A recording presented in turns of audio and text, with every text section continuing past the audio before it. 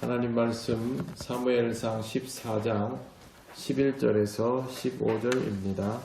한 절씩 교독하겠습니다.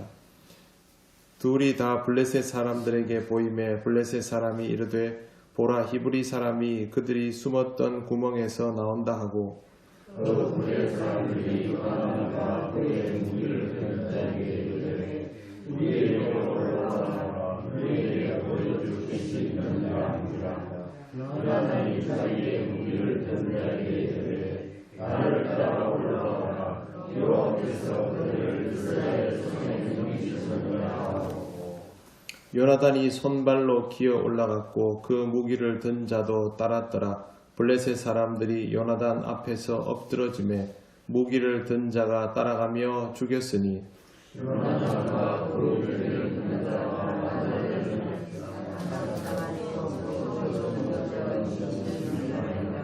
같이 읽겠습니다.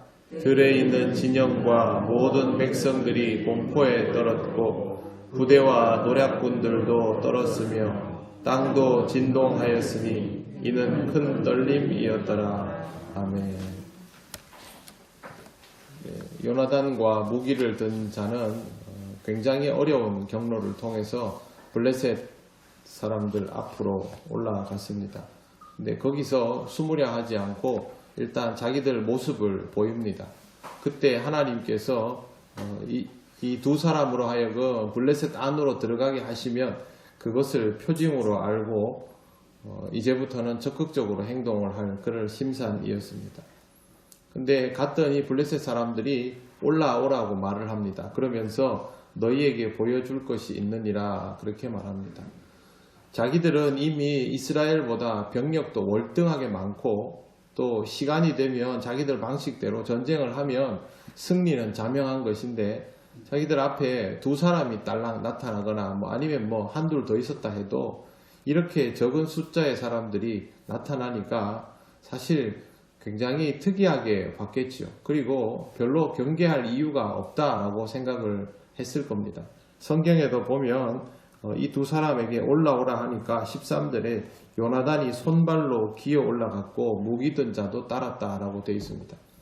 이런 위치라면 지금 요나단과 무기 든 자 이 두 사람을 블레셋이 두려워할 이유가 없는 것입니다. 그럼에도 불구하고 이건 그냥 짚을 지고 불섭에 뛰어드는 것과 똑같은 그런 상황이지요. 하지만 요나단은 이것을 하나님께서 주신 표징이라고 보고 주저하지 않고 올라갑니다. 이렇게 올라가서 성문이 열리는 것과 동시에 요나단과 무기를 든 자가 죽인 블레셋 사람의 숫자가 20명입니다. 반나절 밭갈이 할 만한 땅에서 처음 죽인 자가 20명이었더라. 그렇게 되어 있습니다. 이걸로 요나단이나 이 호위무사가 죽었거나 하는 일도 아닙니다. 아무 생각 없이 문을 열어주고 아주 적은 숫자의 두 사람이 그냥 온 것을 그냥 편안하게 블레셋 사람들이 구경이나 할 심산으로 받아들였다가 갑자기 자기들의 그 영지 안에 엄청난 소동이 일어나게 되었던 것입니다.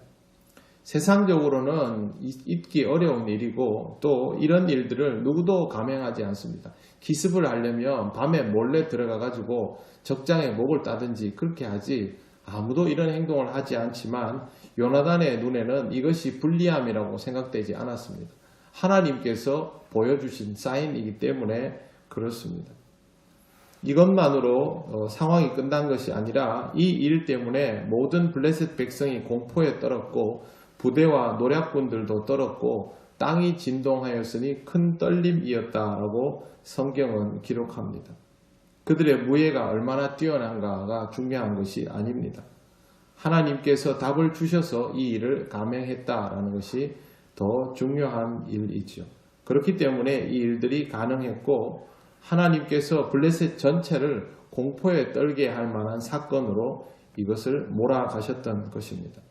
사울은 누구보다도 블레셋을 무찌르고 공포에 떨게 하고 싶었지만 그렇게 하지 못하고 오히려 시험에 들었고 요나단은 하나님께 묻고 또 듣고 행동의 옮김을 통하여 하나님이 이루시는 역사의 중요한 첫발을 내딛는 사람이 되었습니다.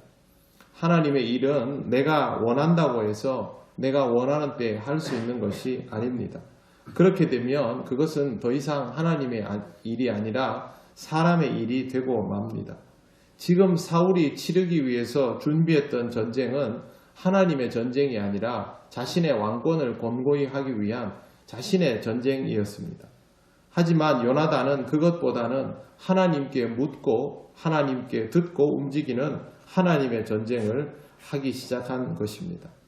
아무리 하나님이 기름 부어 세우신 종이라고 해서 자기 마음대로 하나님의 전쟁을 시작하고 맺을 권리는 없습니다. 그럴수록 더 하나님께 물어야 하고 끝까지 하나님의 표징을 따라 걸어야 합니다. 그러면 내가 수고하고 애써서 얻는 결과보다 더 놀라운 결과를 하나님이 이루시는 승리를 미리 맛볼 수 있습니다.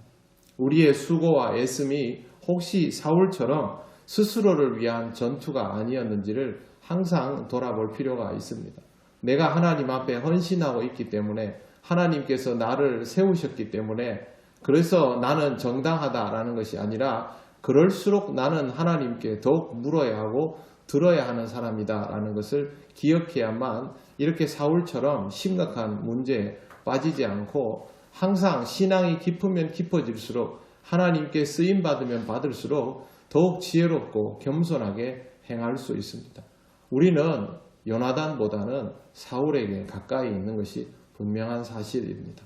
오늘도 하나님 앞에 우리의 삶을 내어놓고 혹시 내가 나를 위한 영적 전투를 그렇게 스스로를 기만하며 하고 있는 것은 아닌지를 잘 돌아보시고 하나님께서 원하시는 전투, 하나님께서 보여주시면 용기를 가지고 숫자의 많고 적음에 상관없이 전세의 유불리에 상관없이 그렇게 요나단처럼 용감하게 진격할 수 있는 자세가 되어 있는지를 돌아보시고 하나님께서 여러분에게 허락하신 영적 전투에 최선을 다해서 임하시기를 바랍니다.